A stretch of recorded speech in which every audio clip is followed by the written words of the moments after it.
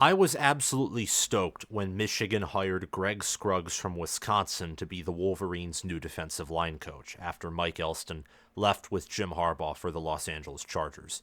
Scruggs had a proven track record as both a player at the collegiate and professional levels, and he coached in Cincinnati and Wisconsin with excellent head coach Luke Fickle as either the director of player development at Cincinnati for 2 seasons or 2 seasons at Cincinnati and 1 season at Wisconsin as their defensive line coach, with a stint as the assistant defensive line coach in the NFL with the New York Jets in 2022. Unfortunately, Greg Scruggs made a mistake, and we all make mistakes in life, but his was pretty major. He was operating while intoxicated and arrested for that mistake, and he didn't get to practice or coach in a game with the Wolverines as he resigned 5 days after being arrested on March 16th, resigning on March 21st. But Michigan moved quickly, and in about a week's timing, they hired Lou Esposito away from Memphis, where he will not coach a game or practice with the Memphis Tigers. He has a proven track record of developing players despite not coaching at programs who typically recruit at a high level, Western Michigan being the prime example. I think that this is a good hire by Sharon Moore in Michigan, yet again, another good hire, especially when you look at it through the perspective of it's March, nearly April, and just 2 days right now. And with the proven track record of development and with a loaded defensive line, I think only good can come from this hiring. Welcome back, fellow football fanatics. It's your host, College Football with Sam, and before we resume this video, please hit the like button and comment your thoughts on this hiring down below so we can get this video into the algorithm, and more importantly, so that I can engage with you and get your perspective. Please subscribe to the channel as well and click the notification bell so that you can get notified when I post more Michigan football content or content about other Big Ten teams or Big Ten content all around in general, like all Big Ten teams or my Big Ten predictions videos or prediction videos or topics covering other conferences in the college football world in general. Thank you so much for your support, and we will be doing a giveaway at 20,000 subscribers. Hopefully we can hit that before the 2024 season begins. I also want to give a shout out to my Patreon members. Thank you for all that you do supporting this channel, encouraging me to produce more content, and occasionally even go the extra mile and do bonus content on my Patreon page. If you're an All-American or Heisman member, you do get access to that. If you want to support the channel in that way, thank you very much, but no pressure. And it's the same for my merchandise store, where you can get College Football with Sam themed Big Ten t-shirts. You can get those t-shirts in any color for any Big Ten team. Actually, that doesn't sound right, but you can get them colorized or themed with any Big Ten team. And the links to the Patreon and the merchandise store in both the pinned comment at the top of the comment section and in my video description. But getting back to this hiring, Lou Esposito has coached for many seasons with the Western Michigan Broncos, and he also coached at Ferris State for a year as their defensive coordinator. Most importantly, he was the defensive coordinator at Western Michigan just last season, where they were second in scoring defense in the Mid-American Conference, and he has a proven track record of developing defensive linemen. So someone who knows how to coordinate a defense, someone who has coached in Michigan for nearly a decade and has proven development, knows how to develop players who aren't 4 or 5 stars either. No 4 or 5 star goes to Western Michigan. You're starting with 3 stars or more often than not lower, as the MAC is viewed as one of the worst group of 5 conferences, let alone one of the worst college football conferences in the FBS overall. So you have your work carved out to have success in the Mid-American Conference, and Esposito certainly did. Look at Andre Carter, who transferred to Indiana to play last season, or Braden Fiske, who transferred to Florida State to play last season. Fiske last year had a great season with Florida State. He had 6 sacks. He had 17 solo tackles, 43 total tackles, and he had key plays in the ACC championship win over Louisville. And he opted out of the bowl game against Georgia. We know that whole story. But that was a player who was developed by Esposito and by Western Michigan, who was being managed by the head coach Tim Lester at the time, who was also Esposito's head coach for his entire tenure at Western Michigan from 2017 to 2023 as the defensive coordinator and defensive line coach. Braden Fiske is projected as a day one, more likely day two, round 2, round 3 NFL draft pick. And for Andre Carter at Indiana was an obvious disaster last season. It's why Tom Allen was fired. They got a win over Wisconsin, and with Brandon Sorsby, they played Penn State close, and they got up on Michigan very briefly and early, but they had some puzzling losses as well. Andre Carter still performed well. He's projected to be a 7th-round pick or one of the first players to sign free agency with an NFL team. And at Western Michigan, him and Fiske just wreaked havoc. Absolute havoc.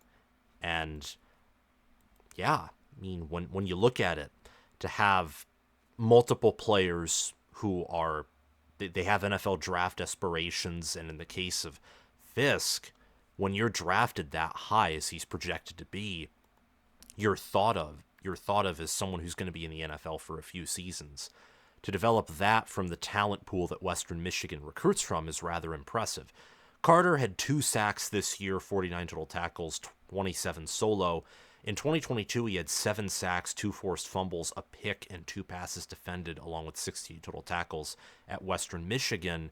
And Fiske in 2022 had 6 sacks, 2 passes defended, 2 forced fumbles, and 58 total tackles. So they had massive seasons in the MAC just 2 seasons ago, if you count 2023 as last season. I like to do that because I already think that we're in the 2024 season.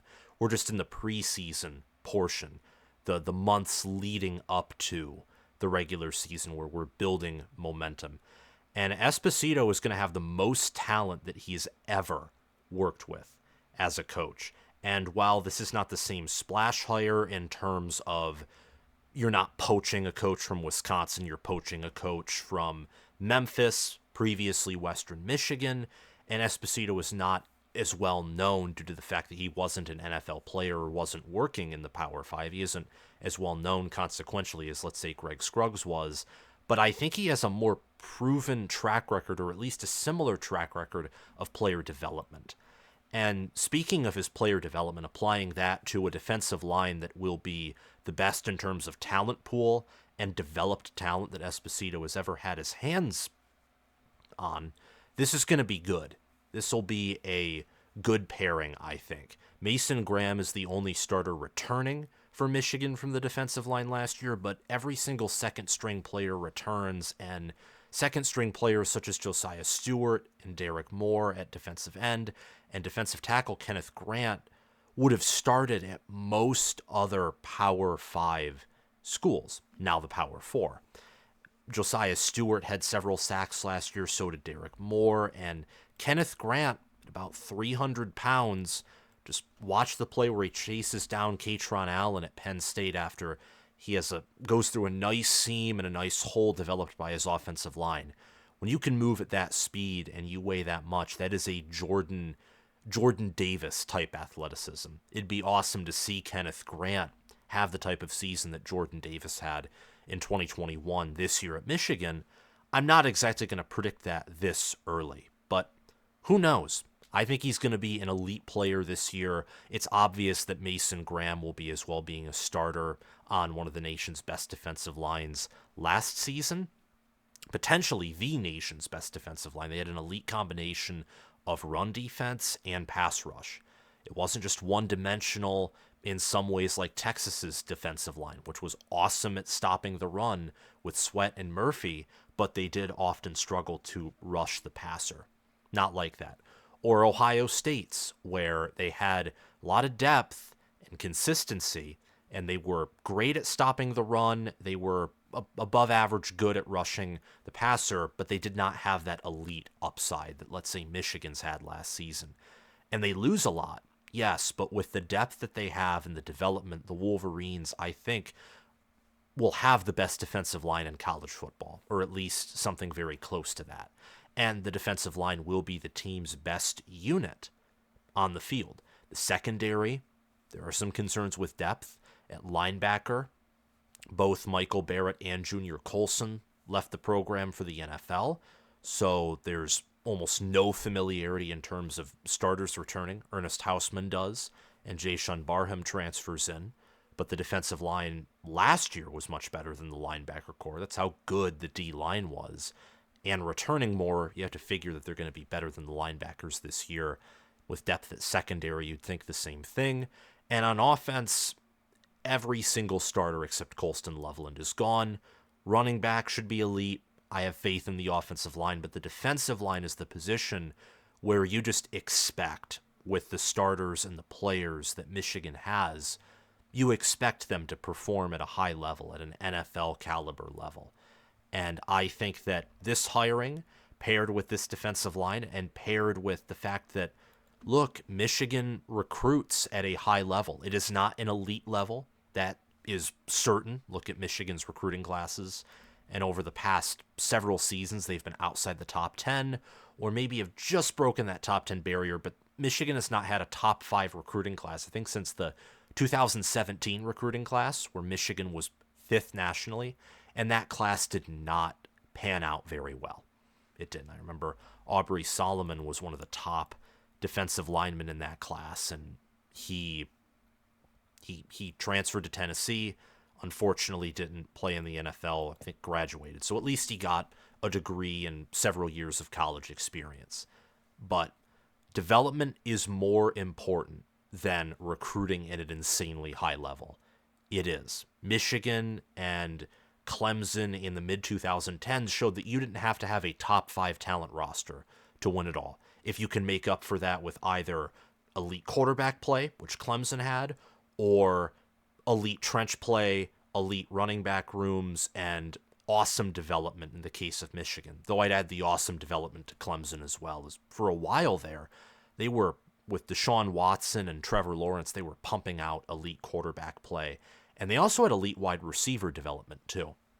So if you can develop at a high level, which Michigan over the past several seasons of the Jim Harbaugh era has proven, and Lou Esposito, that's his specialty, is development.